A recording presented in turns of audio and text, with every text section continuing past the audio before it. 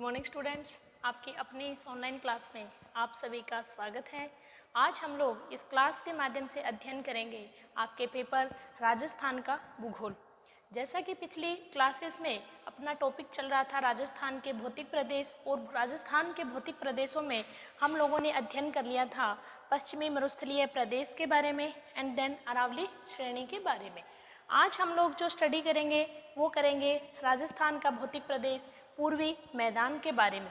जैसा कि आप लोगों को इस नक्शे में भी दिख रहा है कि पूर्वी मैदान राजस्थान में पूर्वी मैदान जो कि कौन सी दिशा में, उत्तरी पूर्वी दिशा में फैला हुआ है। और इस पूर्वी मैदान में इसकी पश्चिमी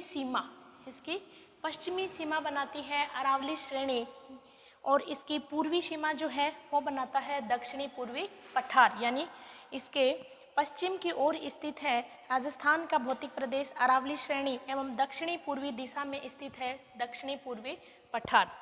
अगर हम लोग पूर्वी मैदान के बात करते हैं क्षेत्रफल की, तो यह संपूर्ण राजस्थान के 23% क्षेत्र पर फैला हुआ है। 23% क्षेत्र पे फैला हुआ है, और यहाँ जनसंख्या जो निवास करती है वो करती है 39%। यानी राजस्थान की टोटल 100% जनसंख्या में से 39% जनसंख्या जो है वो कहाँ निवास करती है, उत्तरी पूर्वी मैदानी क्षेत्र में। देन अपन बात करते हैं अवशेष कि यह किस चीज़ का अवशेष है। तो आप देखिए कि राजस्थान में फैली हुई अरावली श्रेणी, और अगर हम लोग भारत का नक्शा देखते हैं तो एमपी में फैली हुई विंध्याचल पर्वत श्रेणी जो कि राजस्थान के दक्षिण पूर्व की ओर पड़ती है। मैं आपको समझाने के लिए यहाँ बना देती हूँ कि फॉर एग्जाम्पल ये है अरावली श्रेणी, और इसी के पैरेलल में फैली हुई विंध्याचल पर्वत श्रेणी। तो प्राचीन समय में इन दोनों के जो बीच का ये भाग था, वो क्या थी, एक घाटी थी, एक घाटी के रूप में स्थित थी। और यह घाटी इन दोनों पर्वत श्रेणियों से आने वाली जो नदियां हैं, इन नदियों के द्वारा जो लाया जाने वाला अवशेष है अपने साथ पानी से बहा करके, वह घाटी धीरे धीरे क्या होती गई, भरती गई। और आने वाले समय में इसने क्या किया, एक मैदान का रूप ले लिया, जो कि आज आपने अपने सामने राजस्थान के उत्तरी पूर्वी मैदान के रूप में स्थित है। यानी यह किसी समय में क्या थी, एक घाटी थी अरावली और विंध्याचल पर्वत श्रेणी के बीच में। तो इससे पहले भी हम लोग देखें तो यह किसका भाग है, टेथिस सागर का अवशेष है। यानी जब अपनी पृथ्वी का निर्माण हुआ है, पृथ्वी पे व्याप्त जो ये महाद्वीपों का निर्माण हुआ है, तो उस समय टेथिस सागर जो बना था, तो उस टेथिस सागर का अवशेष है कौन सा भाग, उत्तरी पूर्वी मैदान। देन हम लोग बात करते हैं इसकी वर्षा के बारे में। तो वर्षा इसमें होती है 60 से लेकर के 90 सेंटीमीटर। ये चीज़ मैंने आपको पहले भी बताई थी कि राजस्थान में उत्तर पश्चिम से दक्षिण पूर्व की ओर जो है वो वर्षा की मात्रा धीरे धीरे बढ़ती जाती है। यानी जहाँ पश्चिमी मरुस्थलीय प्रदेश में 0 से लेकर के 25 सेंटीमीटर तक, और उसके बाद 25 से 50 सेंटीमीटर तक वर्षा हो रही थी। इसके बाद हम लोग देखते हैं कि अरावली श्रेणी से जब हम उत्तर पूर्व की ओर बढ़ते हैं तो धीरे धीरे इसमें क्या होता है, वर्षा की मात्रा बढ़ती जाती है। तो यहाँ जो वार्षिक वर्षा होती है वो होती है 60 से लेकर के 90 सेंटीमीटर वर्षा उत्तरी पूर्वी मैदान में होती है। देन हम लोग बात करते हैं कि इसमें उपस्थित वनस्पति। तो वनस्पति की अगर मैं आपको बताऊं तो इसमें पतझड़ी वनस्पति पाई जाती है, जिसका साल में एक बार अपने मौसम के अनुसार वो अपने पत्ते गिरा देती है, यानी पतझड़ उनमें आता है। तो ये हो गया इसका परिचय कि उत्तरी पूर्वी मैदान का क्या क्षेत्रफल है, क्या जनसंख्या है।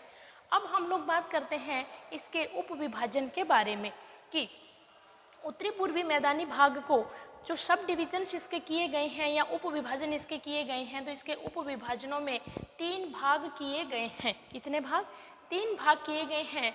नंबर 1 आता है चंबल बेसिन। क्या आता है, चंबल बेसिन। जैसा कि इसके नाम से ही स्पष्ट है, और भी मैं आपको बता दूं कि यहाँ निकलने वाली जो नदियाँ हैं, प्रवाहित होने वाली जो नदियाँ हैं, इन नदियों के द्वारा निर्मित यह मैदान ही क्या है, उत्तरी पूर्वी मैदान है। और इन्हीं नदियों के नाम के आधार पे इसके सब डिवीजन या इसके उप विभाजन किए गए हैं। तो नंबर 1 आता है चंबल बेसिन, नंबर 2 आता है बनास बेसिन, और नंबर 3 आता है माही बेसिन।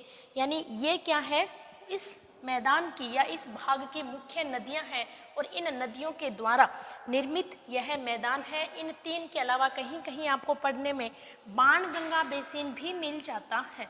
कौन सा basin? Banganga basin, Banganga basin. तो अब हम लोग बात करते हैं इसके उप विभाजन नंबर 1 चंबल बेसिन के बारे में। चंबल बेसिन आप देख रहे हैं कि उत्तरी पूर्वी मैदान में चंबल बेसिन कौन सी नदी के द्वारा निर्मित? चंबल नदी के द्वारा निर्मित। मुख्य नदी चंबल नदी है, लेकिन इसकी अन्य सहायक नदियां भी इस मैदान को या इस बेसिन को बनाती हैं। चंबल नदी जो कि एमपी में से निकलती है, एमपी में से निकलती है कहाँ से? जनापाव की पहाड़ियों से। जनापाव की पहाड़ियों से चंबल नदी निकलती है और अपने राजस्थान में प्रवेश करने के बाद यह आगे जाकर के किस में मिल जाती है? यमुना नदी में मिल जाती है। यमुना नदी में मिल जाती है तो चंबल का जो यह भाग है जहाँ मुख्य रूप से एक समतल मैदानी रूप में यह बहती है, तो वहाँ इसके द्वारा निर्मित बेसिन कौन सा? चंबल बेसिन। और इसका क्षेत्र हम लोग देखते हैं या विस्तार देखते हैं तो वो आता है सवाई माधोपुर, करौली और धौलपुर में। यानी सवाई माधोपुर, करौली और धौलपुर में मुख्य रूप से यह फैला हुआ है। कौन सा बेसिन? चंबल बेसिन, जो कि अपने राजस्थान की मुख्य नदी है। कौन सी नदी? चंबल नदी। देन इसकी एक मुख्य विशेषता है कि इस क्षेत्र में या इस नदी के द्वारा अवनालिका अपर्दन। कौन सा अपर्दन? अवनालिका अपर्दन, जो कि इसके नाम से ही स्पष्ट होता है कि अपर्दन, अपर्दन का मतलब होता है कोई चीज़ का कटाव करना। और इस नदी के द्वारा नालियों के रूप में, फॉर एग्जाम्पल जो ये नदी जा रही है इसका नालियों के रूप में कटाव किया जाता है, यानी गहराई की तरफ जो कटाव किया जाता है उसे कहा जाता है अवनालिका अपर्दन। और वो इस क्षेत्र की क्या है? मुख्य विशेषता है। इस नदी के द्वारा जो किया जाने वाला अवनालिका अपर्दन है उससे क्या होता है कि उस क्षेत्र में उबड़ खाबड़ भूमि का निर्माण हो जाता है। यानी समतल भूमि जो थी वो उबड़ खाबड़ भूमि में बदल जाती है और जिसे क्या कहा जाता है? डांग क्षेत्र। क्या कहा जाता है? डांग क्षेत्र। और राजस्थान की जो प्रतियोगी परीक्षाएं हैं उनमें इस प्रकार के क्वेश्चन पूछे भी जाते हैं कि राजस्थान में सबसे पहले आपसे पूछ लिया जाए कि अवनालिका अपर्दन निम्नलिखित में से किस नदी द्वारा, तो आंसर क्या आएगा? चंबल नदी के द्वारा। फिर आपसे पूछ लिया जाए कि इसके उबड़ खाबड़ भूभाग को कहते हैं, तो आंसर डांग क्षेत्र। और फिर आपसे पूछ लिया जाए कि राजस्थान में डांग क्षेत्र जो है वो क्षेत्रफल की दृष्टि से सबसे ज़्यादा कहाँ है, देन प्रतिशत की दृष्टि से सबसे ज़्यादा कहाँ है। तो क्षेत्रफल की दृष्टि से सबसे ज़्यादा आप याद रखिएगा सवाई माधोपुर में, सवाई माधोपुर, और प्रतिशत की दृष्टि से सबसे ज़्यादा धौलपुर। यानी धौलपुर में प्रतिशत की दृष्टि से डांग क्षेत्र ज़्यादा पड़ता है और क्षेत्रफल की दृष्टि से देखा जाए तो सवाई माधोपुर में यह डांग क्षेत्र ज़्यादा पड़ता है। ये हो जाता है राजस्थान के पूर्वी मैदान का उपविभाजन नंबर 1। देन हम लोग बात करते हैं नंबर 2 बनास बेसिन के बारे में। जिस प्रकार से चंबल नदी के द्वारा एवं इसकी सहायक नदियों के द्वारा जो निर्मित बेसिन था उसका नाम था चंबल बेसिन, तो उसी आधार पे आप समझ भी गए होंगे कि बनास नदी के द्वारा जो निर्मित बेसिन है उसे क्या कहा जाएगा? बनास बेसिन। वैसे तो हम लोग राजस्थान की जो अपवाह तंत्र के बारे में पढ़ेंगे तब हम लोग यहाँ डिटेल में अध्ययन करेंगे कौन किसके बारे में, नदियों के बारे में। लेकिन यहाँ मैं आपको बता दूँ कि बनास नदी जिसे कहा जाता है वन की आशा, क्या कहा जाता है? वन की आशा, और यह निकलती है अरावली में। अरावली पर्वत की जो खमनोर की पहाड़ियाँ हैं, अरावली की जो खमनोर की पहाड़ियाँ हैं उनसे निकलती है बनास नदी। और इस बनास नदी के द्वारा जो निर्मित बेसिन है उसे क्या कहा जाता है? बनास बेसिन। और यह राजस्थान के भीलवाड़ा, टोंक, करौली और सवाई माधोपुर जिले में फैला हुआ है। कौन सा बेसिन? बनास बेसिन। वन की आशा कहलाने वाली है जो बनास नदी है, यह इस क्षेत्र की क्या है? मुख्य नदी है। यानी इस क्षेत्र में मुख्य नदी नियमित रूप से प्रवाहित होने वाली जो नदी है वो कौन सी नदी है? वो है बनास नदी। और इसकी सहायक नदियाँ बेड़च, कोठारी, मैनाल, ये क्या है? बेडज, कोठारी, मैनाल, ये इसकी सहायक नदियां हैं और इन नदियों के द्वारा निर्मित जो बेसिन है उसे कहा जाता है बनास बेसिन। इसके अलावा इस क्षेत्र की मुख्य विशेषता कि यहाँ का जो भूभाग है वो थोड़ा धरातल से ऊंचा है और उस ऊंचे भूभाग को ही क्या कहा जाता है? पिडमोंट का मैदान। क्या कहा जाता है? पिडमोंट का मैदान। यानी धरातल से थोड़ा ऊंचाई पे स्थित भूभाग है उसे कहा जाता है पिडमोंट का मैदान। इसके अलावा अगर हम लोग देखते हैं कि इस नदी के उत्तर की ओर, इस नदी के उत्तर की ओर का जो भाग है उसे मालपुरा करौली का मैदान भी कह दिया जाता है। स्थानीय जो वहाँ का क्षेत्र है उस क्षेत्र के आधार पे उसका क्या कहा जाता है? मालपुरा करौली का मैदान। मालपुरा करौली का मैदान किसके भाग को कहा गया है? बनास बेसिन के भाग को कहा गया है। इस प्रकार नेक्स्ट हम लोग अध्ययन करते हैं माही बेसिन। इसका उप विभाजन नंबर 3 माही बेसिन। जैसा कि इसके नाम से ही आप लोग समझ गए होंगे कि राजस्थान के दक्षिणी भाग में बहने वाली मुख्य नदी कौन सी नदी? माही नदी, जो कि निकलती है एमपी में विंध्याचल की श्रेणियों से और एमपी से निकलने के बाद यह राजस्थान में प्रवेश करती है। किस दिशा से? दक्षिण से उत्तर की ओर और फिर पुनः उत्तर से दक्षिण की ओर बहती है। इसके अलावा इस राजस्थान का परिचय कराते समय भी मैंने आपको शायद बताया होगा कि कर्क रेखा को 2 बार काटने वाली नदी भी कौन सी है? माही नदी। जैसा कि मैंने आपको बताया था कि कर्क रेखा अपने राजस्थान के एकदम दक्षिण में से जो निकलती है लगभग 25 किलोमीटर दूरी पर जो ये निकलती है, इस कर्क रेखा को माही नदी 2 बार काटती है। किस प्रकार से? जब वह प्रवेश करती है दक्षिण से उत्तर की ओर तो काटती है और जब वह पुनः मुड़ करके उत्तर से दक्षिण की ओर आती है तो भी कर्क रेखा को काटती है। तो राजस्थान के दक्षिण में बहने वाली माही नदी और इस नदी के द्वारा निर्मित जो बेसिन है मुख्य रूप से डूंगरपुर, प्रतापगढ़ और बांसवाड़ा। डूंगरपुर, प्रतापगढ़ और बांसवाड़ा जिलों में बहने वाला जो नदी है कौन सी नदी?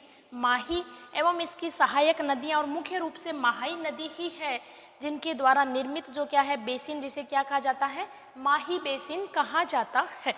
अब इस नदी की एक विशेषता बताऊं कि प्रतापगढ़ और बांसवाड़ा के बीच स्थित है 56 गांवों का समूह है। यानी ऐसे समतल मैदानी भाग हैं और उनमें 56 गांव होते थे और उन्हीं के आधार पे इसका नाम दे दिया गया 56 का मैदान। क्या नाम दे दिया गया? 56 का मैदान। आपसे पूछा जाए किसके मध्य, तो वो है प्रतापगढ़ एवं बांसवाड़ा के मध्य। दूसरी तरफ डूंगरपुर और बांसवाड़ा के मध्य स्थित जो मैदान है माही नदी का ही, लेकिन इसका पर्टिकुलर या स्थानीय नाम जो है वो है मेवल का मैदान। क्या कहा जाता है? मेवल का मैदान। किसके मध्य? डूंगरपुर एवं बांसवाड़ा के मध्य।